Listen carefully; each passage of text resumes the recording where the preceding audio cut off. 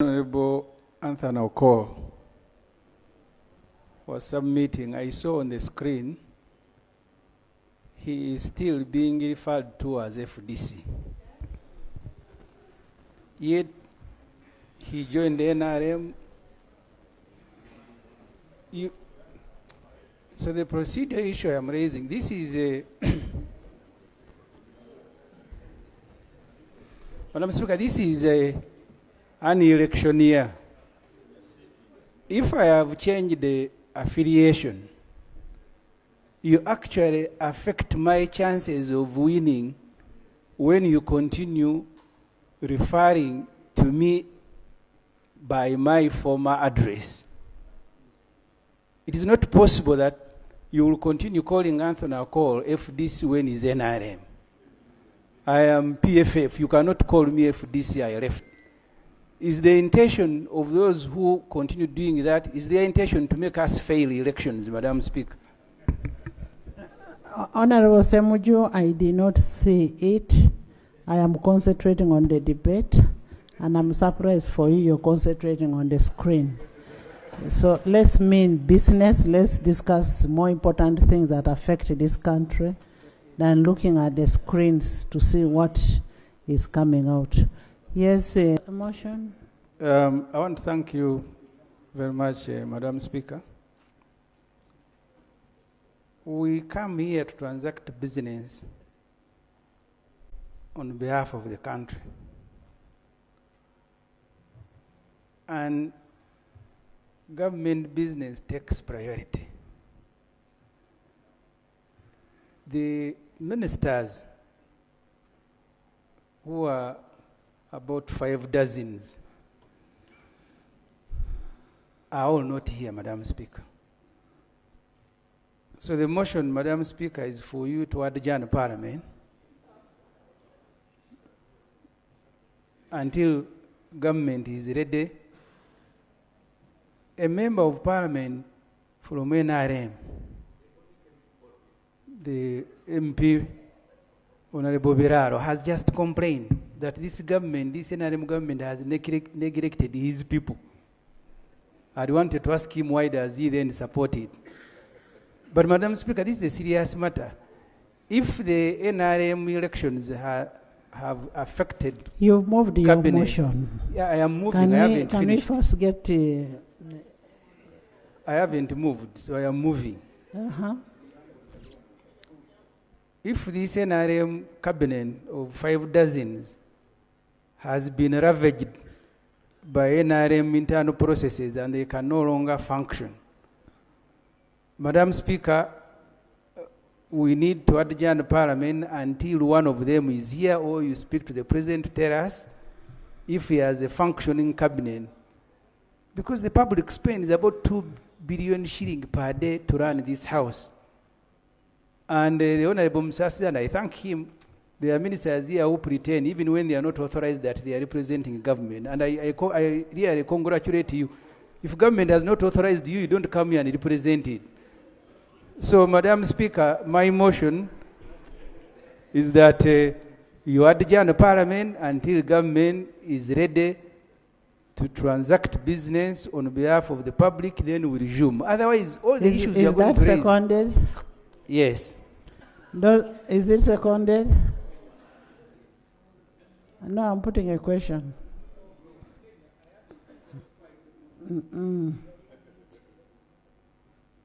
Those in favor of adjournment,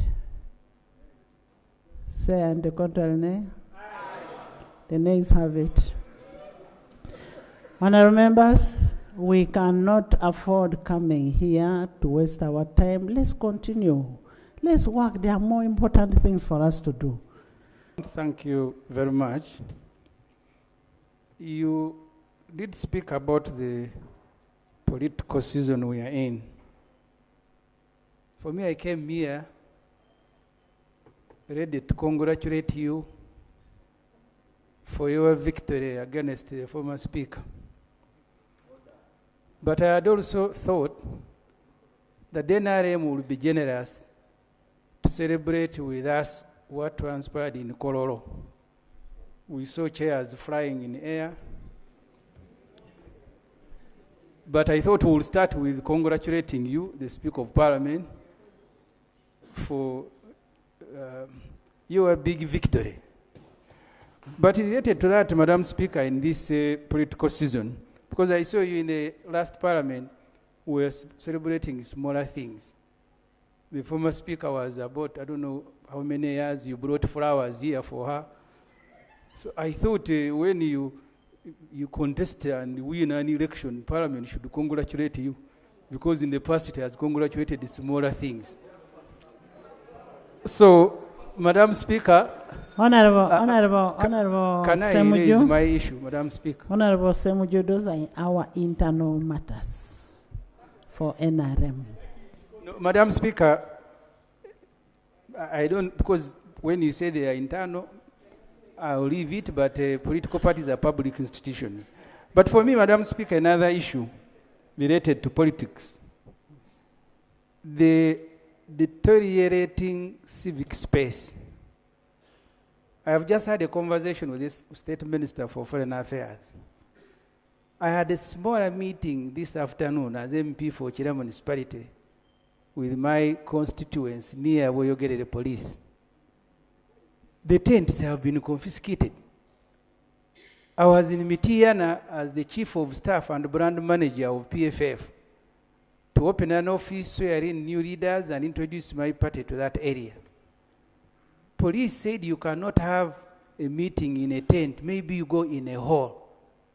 We were walked 3 kilometers to the Catholic church outside the city, and then when we were coming back to open the office, they said you were in a procession and tear gassed us. They are the ones who took us there.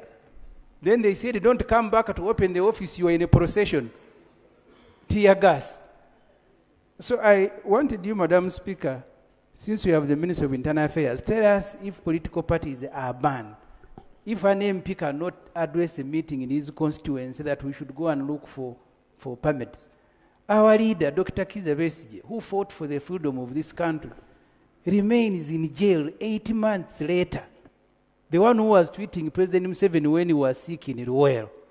And that's why, by the way, when you are defeating the Honorable Kadaga, I was very happy. The senior people have conspired to let down the country. You want to take away my happiness? It is mine, it is personal. So Dr. Besigye, who fought, I saw her, she said she was very senior. There are those who were with Museveni in the bush, tweeted him. Sam Mugumia, who was with you in FDC before I joined, he was kidnapped.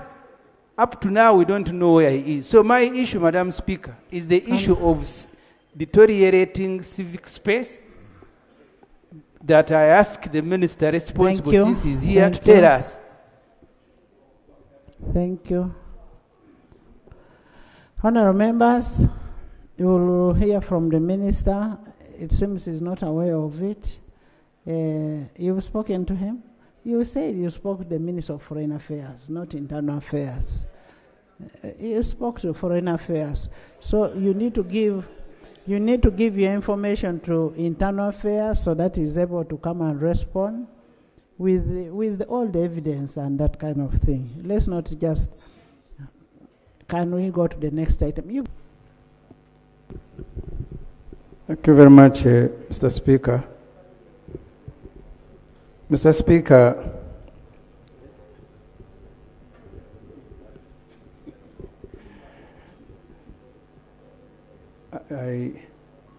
Please go on, I'm here.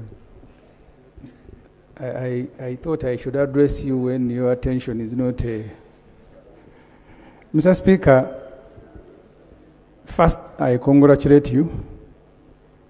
I had thought that actually you will speak about it in your communication to inform Parliament of colleagues, especially those who are in this Parliament who have gone through unopposed. Mr. Speaker, I have a request to put to you and the House. There are many things that are going on with the elections. I saw in the media particular machines. The Honorable Minister for Constitutional Affairs spoke about that subject matter once here.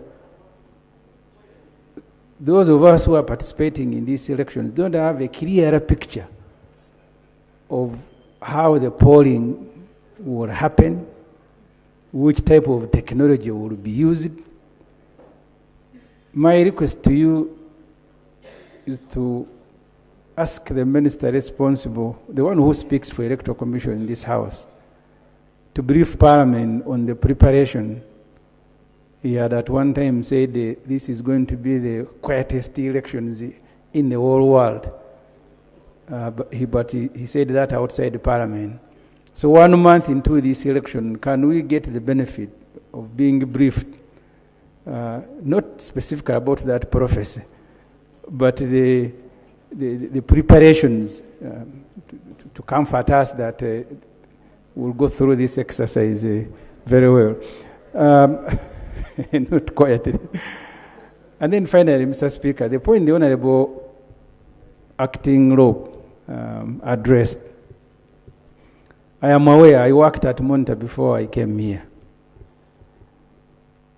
The Nation Media Group, NTV is just one of them, have been restricted. They can't cover the president. So when the Honorable Mwanga Chivumbi mentioned his Parliament, I don't know whether this is a deliberate effort to strangle that particular media institution. Can the minister responsible for information tell us if there is a crime that the National Media Group has committed, for all of us and for the country to know? Because when you are stopped from covering the president, now Parliament follows. We don't know whether there will be a declaration to have that media institution closed, especially in this election period. So can we also, Mr. Speaker, be briefed about the situation of the Nation Media Group? Thank you. On the issue of Nation Media Group, I don't think that's a matter would require the minister to come and brief on which media company candidate chooses to cover them. Okay, because I've been seeing them running. I watch NTV. I've been seeing them covering what. So if a certain candidate doesn't want to be, because there is a difference between a president and a candidate. So, Speaker, I didn't mean the NRM candidate. Yeah. I meant the president. Well, if it's the president, the minister for the presidency will come here and tell us if we have so much interest in that. Okay? Yeah, but for the presidential candidate, whoever you choose, whom you want to cover you. Mr. Speaker, the procedural issue I am raising, one of the parties that is supposed to be a member of IPOD requested to join. It was stopped. And someone, I don't know under what arrangement, was made a leader of IPOD Secretariat, because we've never seen any advert, told them they must go through a process. So can I, as we proceed, Mr. Speaker, ask, maybe you will help the minister responsible for that area to tell us under which regulations, because these ones have just been brought, so under which regulations was NUP stopped from joining IPOD? Honourable Minister for Justice.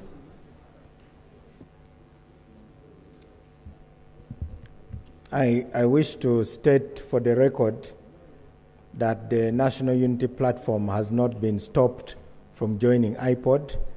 As a matter of fact, they have received clear guidance in a formal letter from the IPOD Secretariat, and I believe that at the next summit of the IPOD, they will come and publicly declare their interest and participate fully in the ceremonies substantively that will announce to the country their membership. We are obliged to invite, and they are invited, and they have always been invited. Ssemujju, what's the matter? your friend Bahati has done a good job.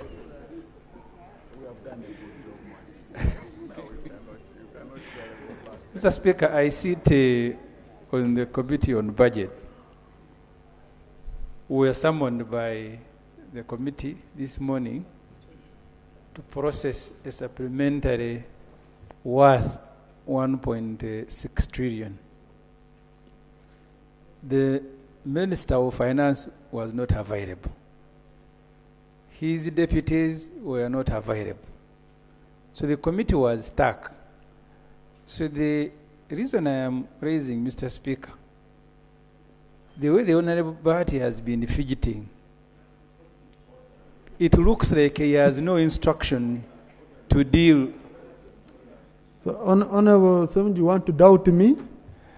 No, I have no reason to doubt you, Mr. Speaker. But Mr. Point of order. Mr. Bahati is making you... Point of order, Honorable Bahati.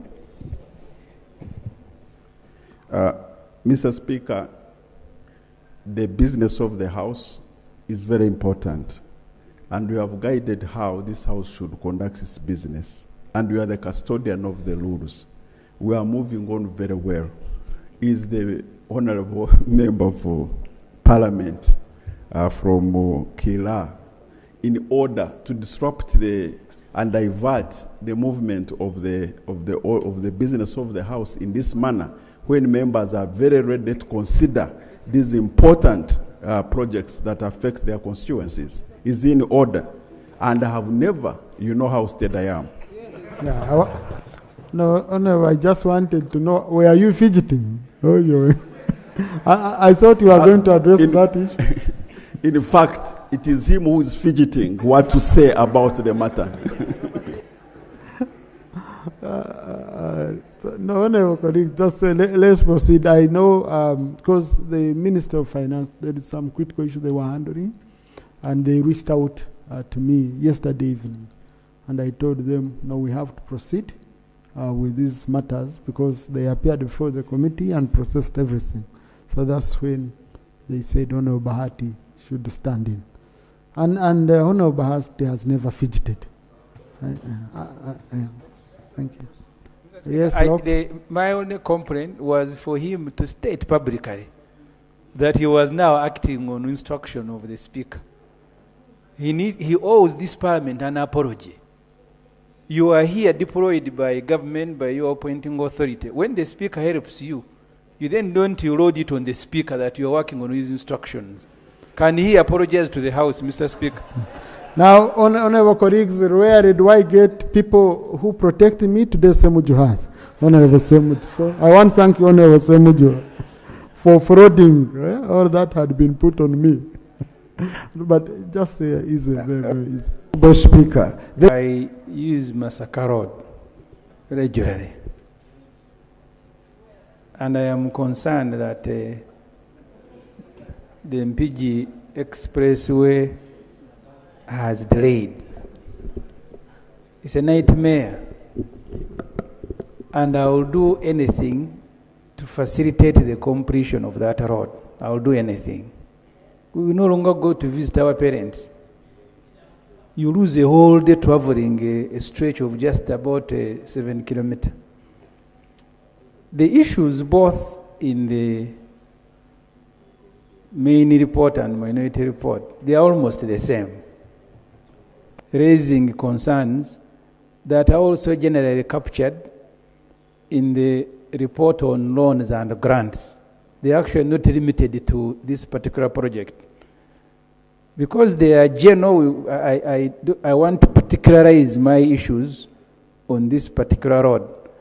And I don't want to use the failures in other projects to delay this even 1 minute. That's why I stood up. I usually don't support loans because of so this particular one. So I think all we need is for government to commit, and the rest we can do investigations. If there are people who have exaggerated, we punish them. If there are people but also issues of construction, I'm not an engineer, and the Mwanga Chivumbi is a witness. The road between Seta Kasangati. It was meant to be a smaller road, but along the way, and I want to thank the UNRA at that time, they said it will be difficult to return and do compensation when people have put skyscrapers. So along the way, they changed the design to expand between, if you look between Charuwajara and Chira where they have done. I am very happy that the expansion happened at once.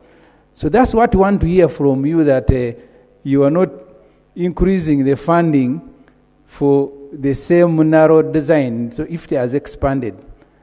The minority report has a bit of a contradiction. So you want rates for compensation to be revised, but you don't want prices to escalate. I don't know how that will be achieved, because you are saying the compensation. This is one other area where I have a problem with many colleagues here. One time we went to Bunyoro. There were supposed to be roads for oil and electricity. And the colleagues on the committee were the ones inciting people about compensation. Part of the problem we have in that sector is that, because look, you're going to spend 160 billion compensation. And we have established a very bad culture. The Honorable Katumba Wamala knows, in our area where he also lives, we have asked people to give land because they are the beneficiary of these projects. So I don't want to support any argument here asking people to demand for more compensation. At least count me out of that. Instead, I will ask people to give land for road construction. They are the beneficiary. So I don't want to incite them to begin demanding for more compensation. And all of you colleagues, wherever you come from, ask people to run.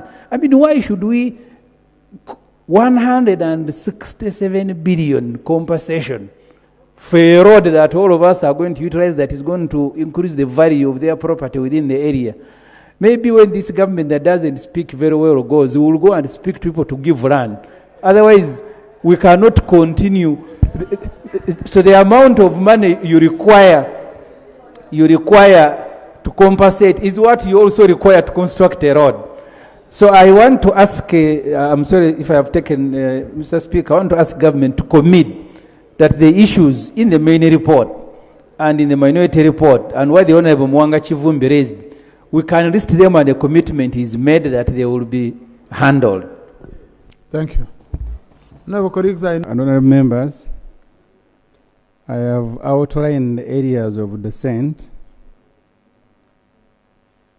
One is the procedural irregularity of supplementaries to committee before they are tabled in Parliament. The overall size and character of the supplementary request, the repeated supplementary financing for long-standing predictable obligations, unequal allocation of development funds, the political risks, excessive reliance on classified expenditure, failure to plan for donor exits in projects that are donor funded, recurrent bailouts of entities, persistent lack of documentation for key infrastructure, and major election spending without proper disclosure. I'll begin with introduction. Right Honorable Speaker and Honorable members, in all my 14 years in this House, I have never seen a supplementary request that casually rewrites the national budget the way this one does. A revision of 6.255 trillion. The chair has said the request is 8. What was tabled and for which the minister confirmed yesterday was 6.255 trillion. I don't know at what stage it became 8. Above what we approved is nothing short of excessive. Our national budget of 72.376 trillion can only be roughly revised through supplementary expenditure in cases of genuine emergencies such as natural disasters or unforeseen crises. Yet here we are with 459 billion requested under State House including allocations for youth mobilization for the NRM presidential candidate and other items disguised as classified. So the NRM candidates wants money for mobilizing youth. They are called youth tours.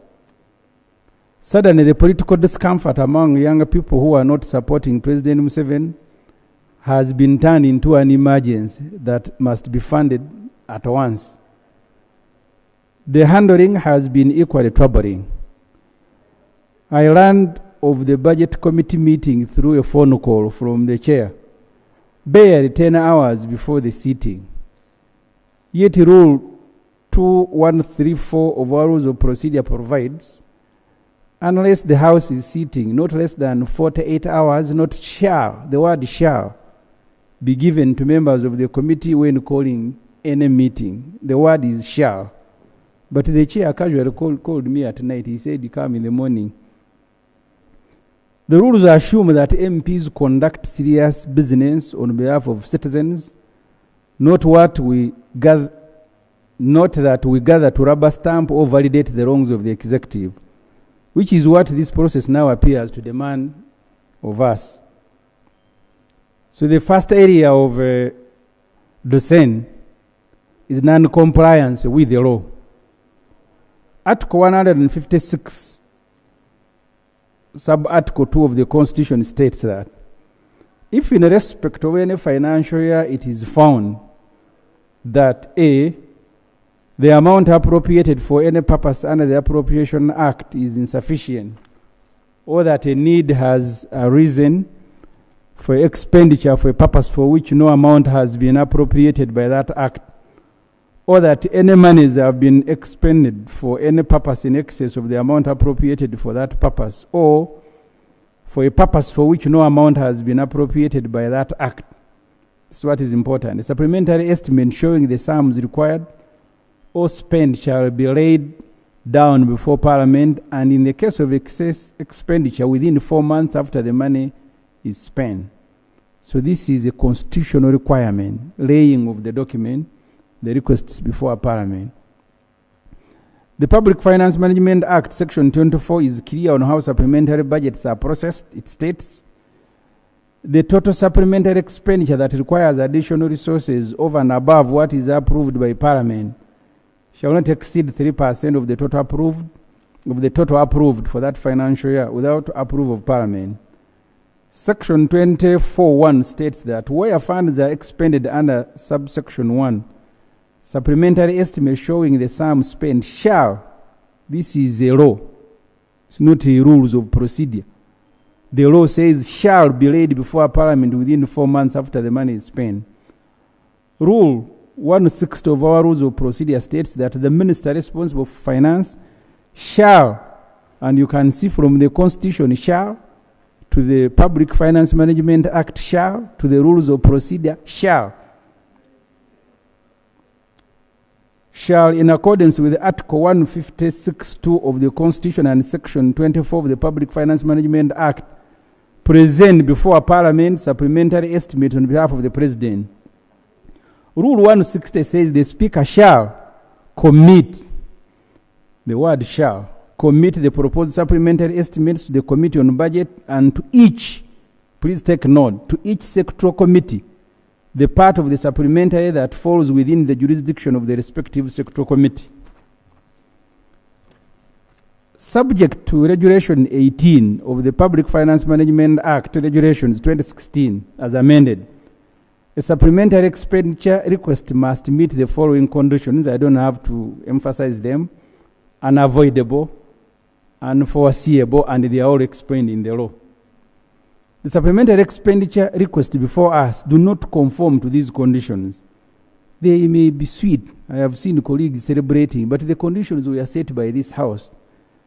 Right Honorable Speaker, these are the provisions of the Constitution and the statutory procedures laid out for processing supplementary estimates. Perhaps the Speaker did not fully consider these constitutional requirements when she received and referred the supplementary request to the Budget Committee.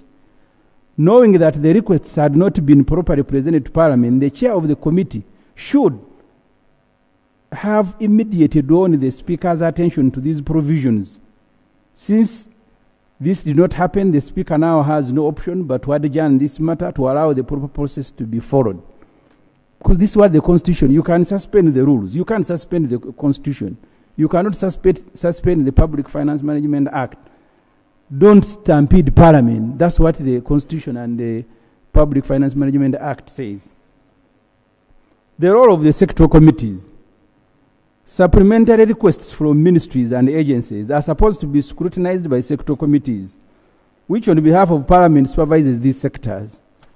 This is not a ceremony, but a safeguard for citizens' hard-earned taxes. There are more than, I put 50, but 100 agencies requesting for supplementary budgets. Sectoral committees are required to scrutinize these requests and report to the Budget Committee within 14 days. We received these requests,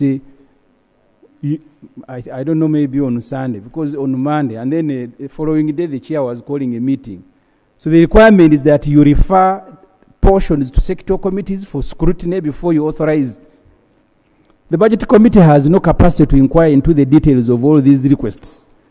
You needed to be in the South Committee room where we sat to witness the stampede firsthand. All these agencies streamed into the room and crowded the corridors. This should never happen again, Right Honourable Speaker and members. The MPs on the Budget Committee who arrived from up country in the morning and went straight into the meeting were visibly tired. Even when I pleaded with the chair that we were tired, he simply said, "Let us go ahead." Some ministries and agencies appeared with no written briefs at all. Others came with loose sheets of paper. Some simply recited figures with no clear explanation of how they arrived at them. This is unacceptable.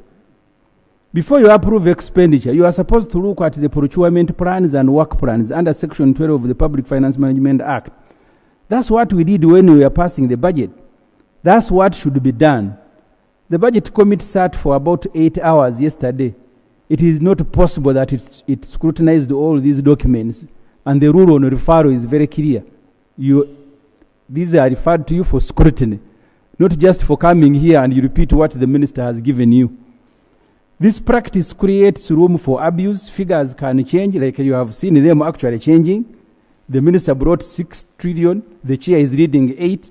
Even me, a member of the committee, senior member, I don't know how they rose from 6 to 8. Items can be smuggled in or removed before formal tabling. Yesterday, we even had a throat food factory with no money, with no source of money, but it had also been put here. Uganda cannot manage trillions of shillings through informal briefings and hurried presentations. We must insist that the minister tables the documents properly before Parliament and only then refers them to the committee.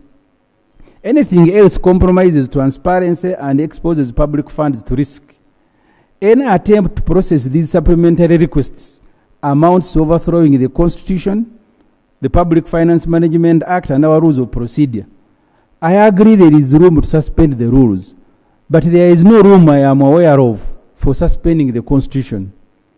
Source of funding. Rule 162 states that the supplementary estimates presented under sub-rule shall clearly spell out the source of the funding for the supplementary expenditure request for each vote. Reason, you passed a budget here.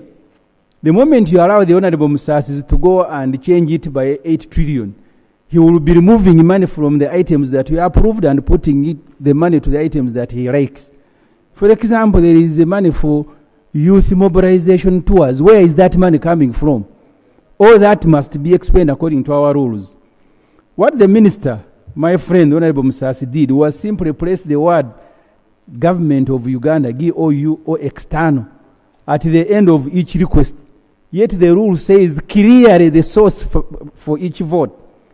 The rules require that the source of funding be clearly spelled out. If the minister is allowed to play around with the budget this way, he will remove money from critical items and divert it to useless and unquantifiable things like youth mobilization tours under State House. Revising budget, initially, I was going with a figure given to us to 78.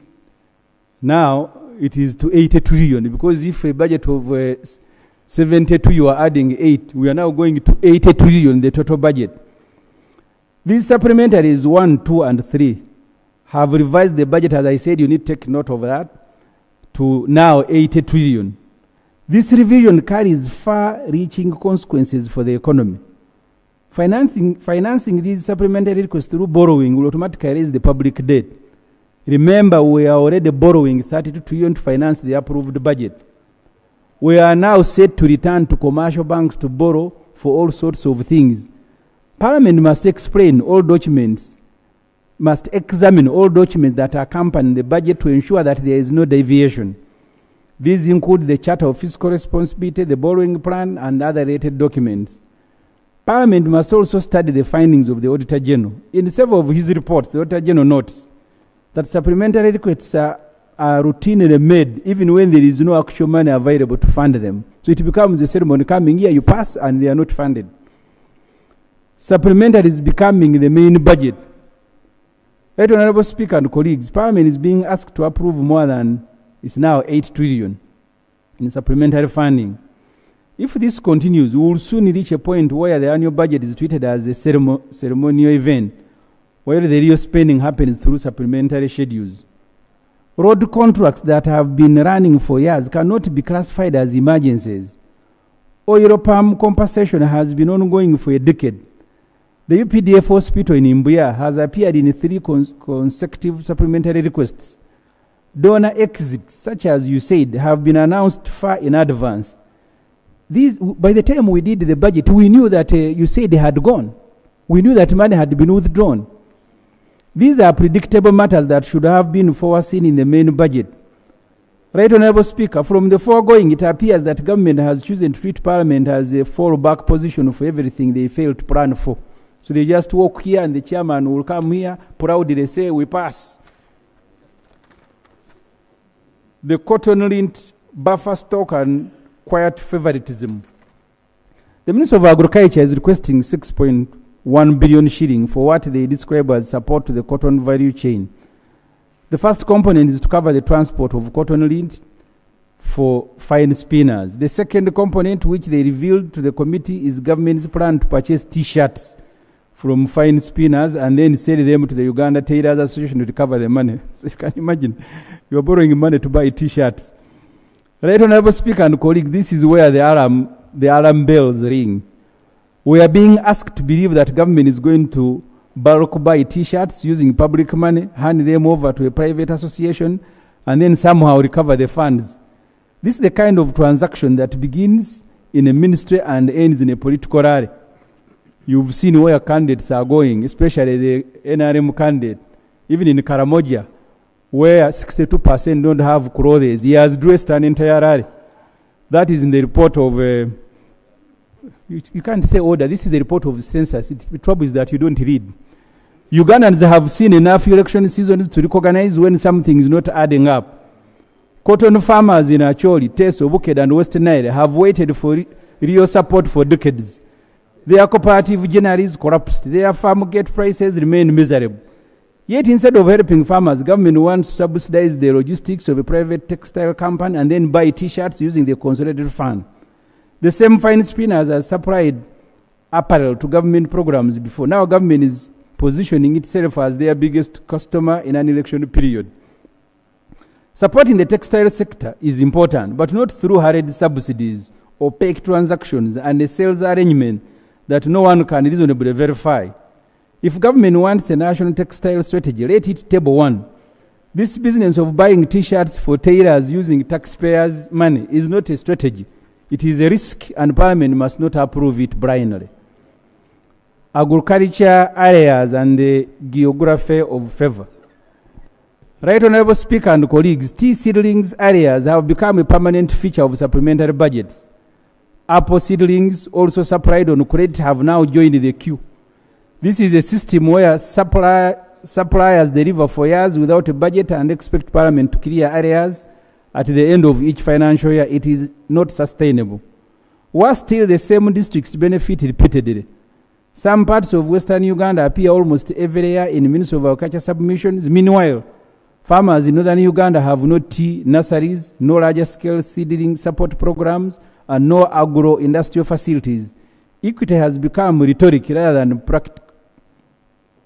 Electoral Commission and the mystery of new polling stations. The Electoral Commission is seeking more than 460 billion for ballot papers, biometric systems, and the creation of new polling stations.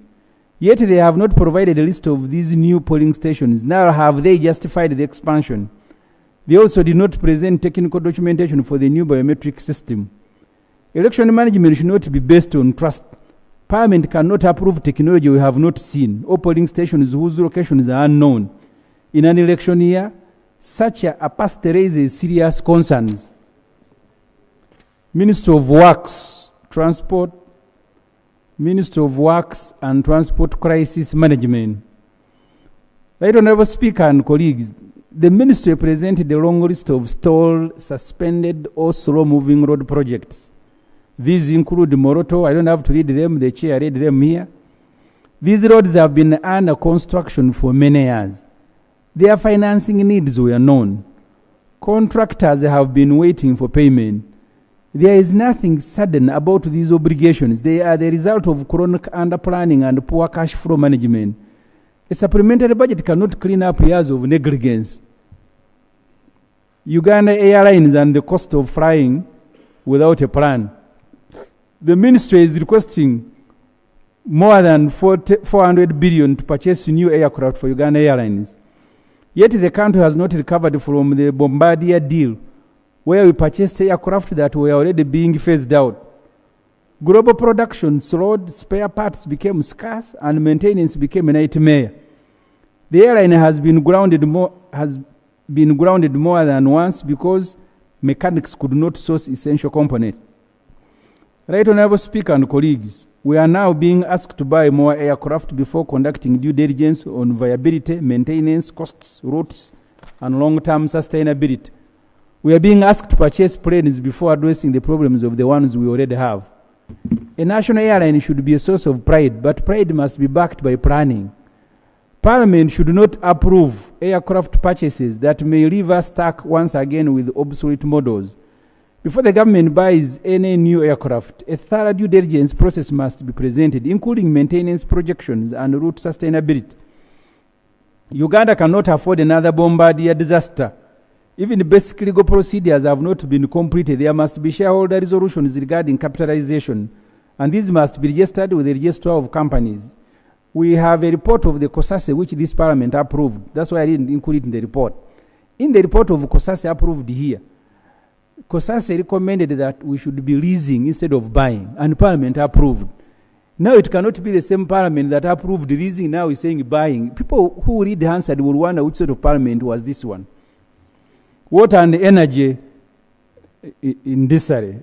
Honorable Speaker and honorable members, the Ministry of Water and Environment is requesting funds once again to connect 156 villages under SCAP 100. Yet they cannot even provide a simple list of these villages.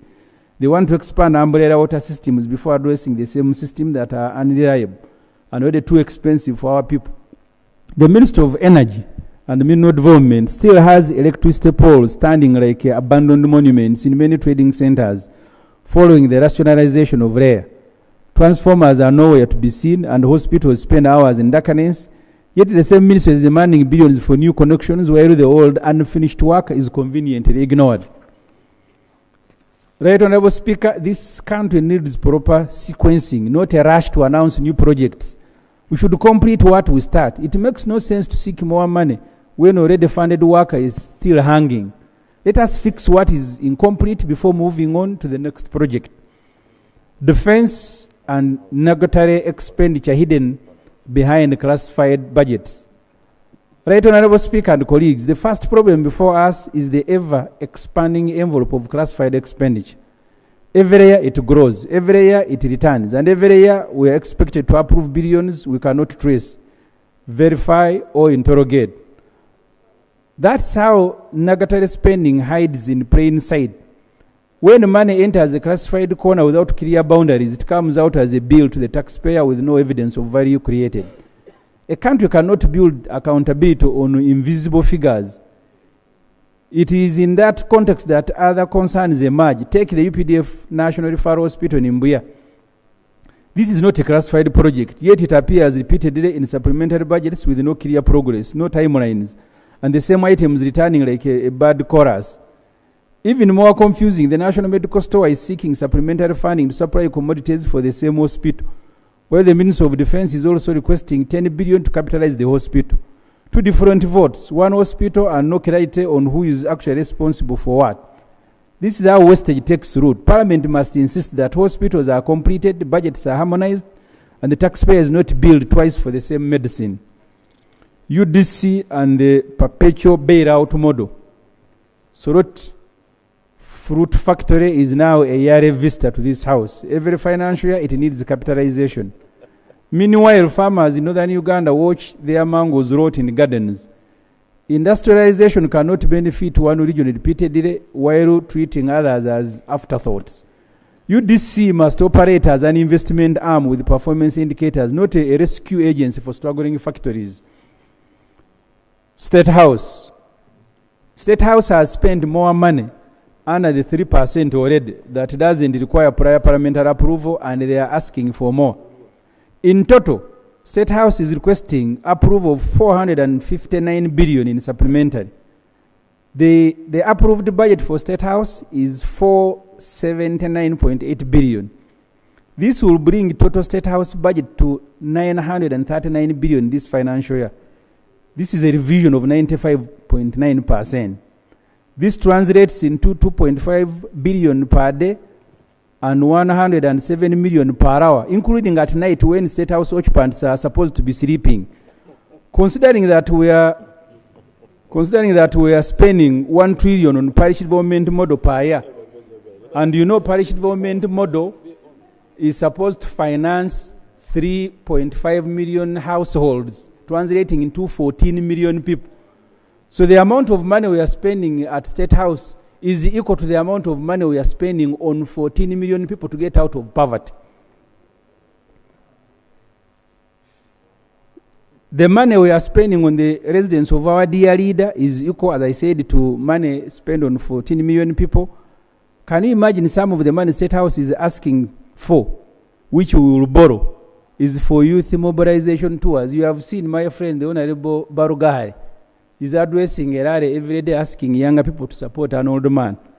These State House requests must be rejected with all the contempt that it deserves.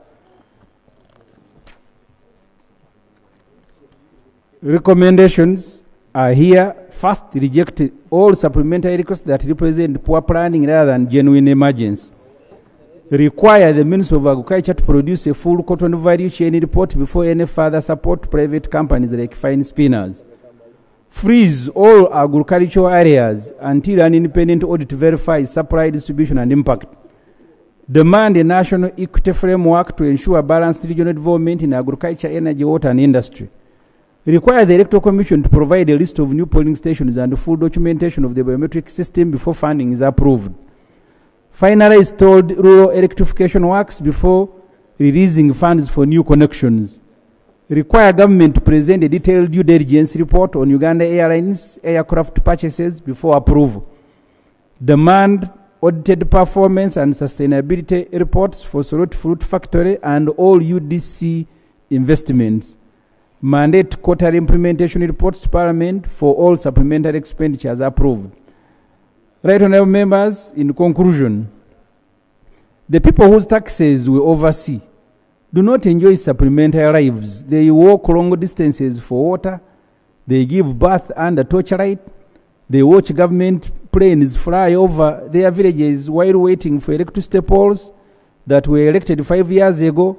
They deserve planning, not improvisation. They deserve fairness, not favoritism.